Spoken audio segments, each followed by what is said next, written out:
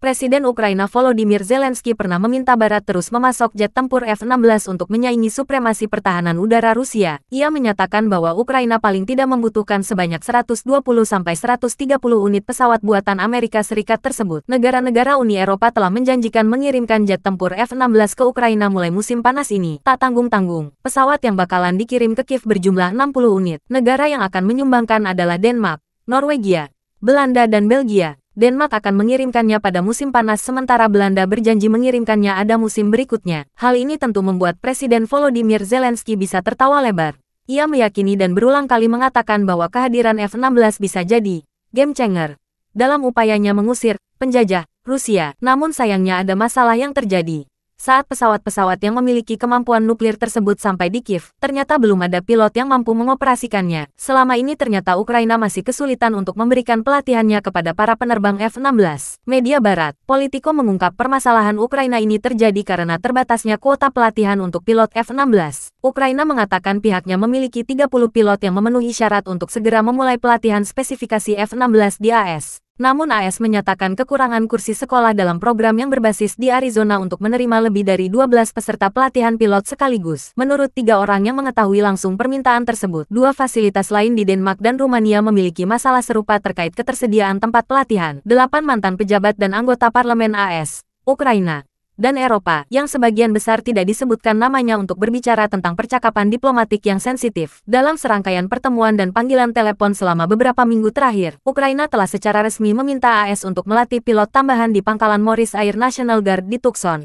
Arizona. Anggota parlemen di Capitol Hill, termasuk perwakilan Jim Himes dan perwakilan Mike Turner, para pemimpin Komite Intelijen DPR, juga telah menekan pemerintah untuk menyetujui pelatihan tambahan tersebut. Pasangan ini, bersama dengan beberapa anggota parlemen lainnya, menulis surat kepada Pentagon bulan lalu yang meminta pemerintah untuk memprioritaskan masalah ini. Akan tetapi AS telah mengatakan kepada militer Ukraina bahwa selain keterbatasan ruang, negara-negara lain juga akan menerima pelatihan F-16 di pangkalan tersebut dan AS tidak dapat melanggar komitmennya terhadap negara-negara tersebut. Garda Nasional berencana untuk melatih total 12 pilot Ukraina pada akhir September di lokasi Tucson, menurut juru bicara Angkatan Udara Laurel Falls. Selain Arizona, fasilitas pelatihan di Denmark juga memiliki ruang terbatas dan bersiap untuk ditutup pada bulan November. Program ketiga, yang berlokasi di Rumania dan akan dijalankan oleh kontraktor, belum berjalan.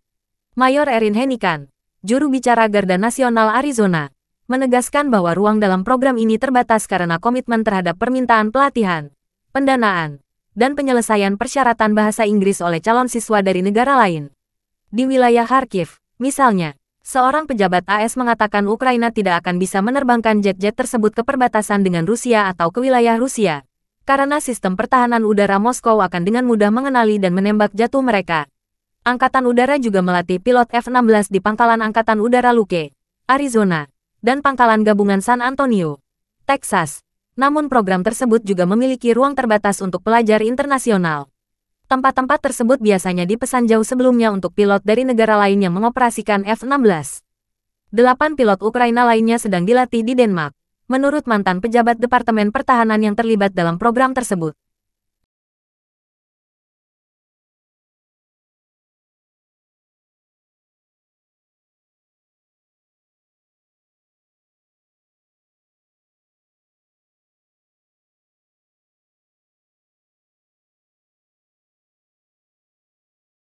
Download Tribun X sekarang, menghadirkan lokal menjadi Indonesia.